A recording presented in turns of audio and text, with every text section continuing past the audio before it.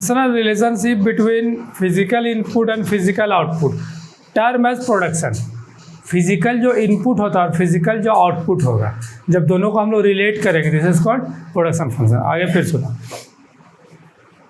Fixed period of time change in inputs cause change in size of production. जैसे जो input होता है, input जैसे लाइक कि जो हम लोग प्रोडक्शन में लगाते हैं, जैसे मशीन हुआ, कैपिटल हुआ, तो जैसे हम लोग इसको बढ़ाएंगे या घटाएंगे प्रोडक्शन में क्या होगा, चेंज होगा। ज़्यादा इन्वॉल्व करेंगे मैन लोग को मशीन में और भी मशीन ज़्यादा यूज़ करेंगे तो प्रोडक्शन मेरा इंक्रीज़ होगा। तो यही प्रोडक्शन फंक्शन है। प्रोडक्शन फंक्शन मतलब प्रोडक्शन के पास कितने लोग का मतलब इन्वॉल्वमेंट है, किस कोई इनपुट है, कोई आउटपुट है, तो सब मिलाकर क्या होता है, एक तरह से प्रोडक्शन फंक्शन।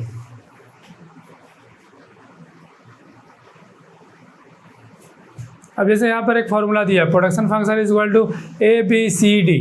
बोलो ना, जितना भी इन्वॉल्वमेंट होगा आपका प्रोडक्शन में, क्या क्या इन्वॉल्व, कैपिटल होगा, मैन होगा, मशीन होगा, लेबर होगा, तो जितना भी चीज़ इन्वॉल्व है these are the production function.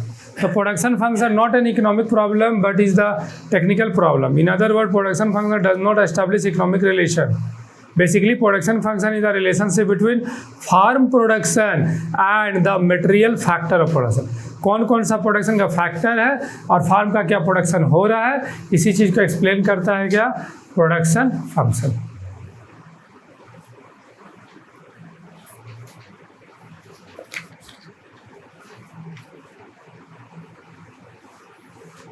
अब एक लॉ सुन लो, ये लॉ एग्जाम में थोड़ा पूछा जाता है, ठीक है, इस लॉ को डिस्कस करते हैं।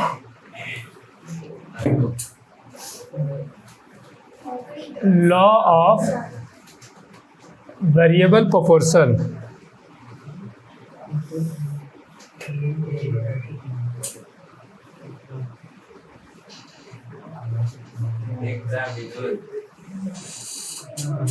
ठीक है, लॉ है लॉ ऑफ वेरिएबल प्रोपोर्शन।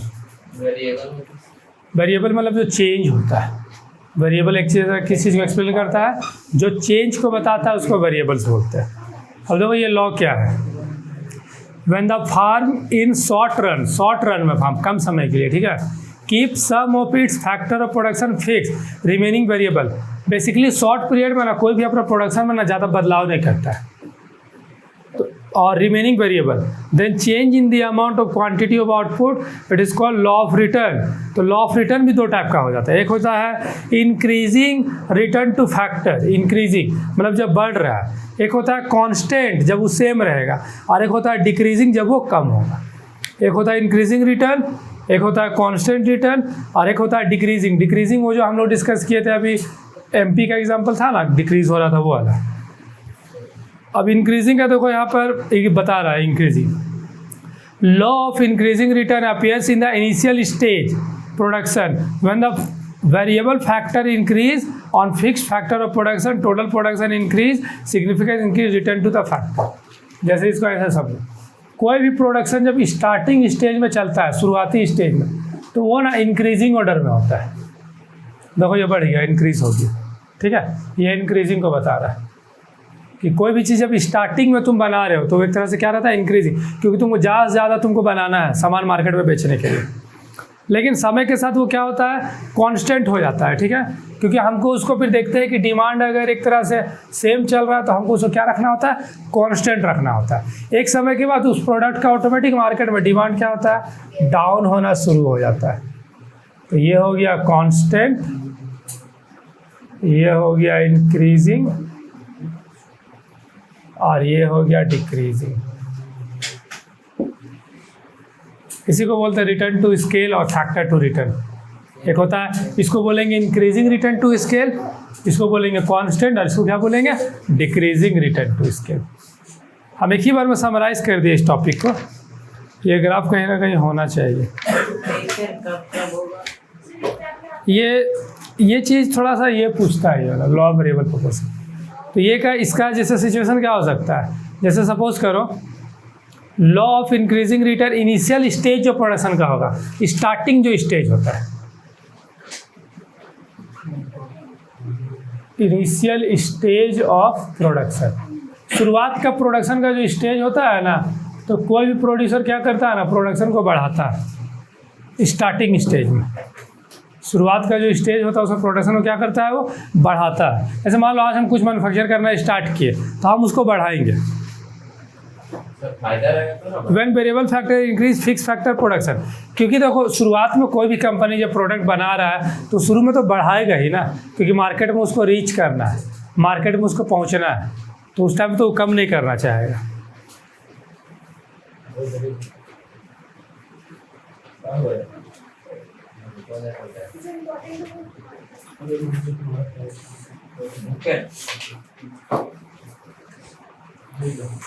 अब आ जाओ कांस्टेंट का मीनिंग सुनो। ये था इंक्रीजिंग का, ठीक है। इनिशियल स्टेज मतलब याद रख लो इंक्रीजिंग।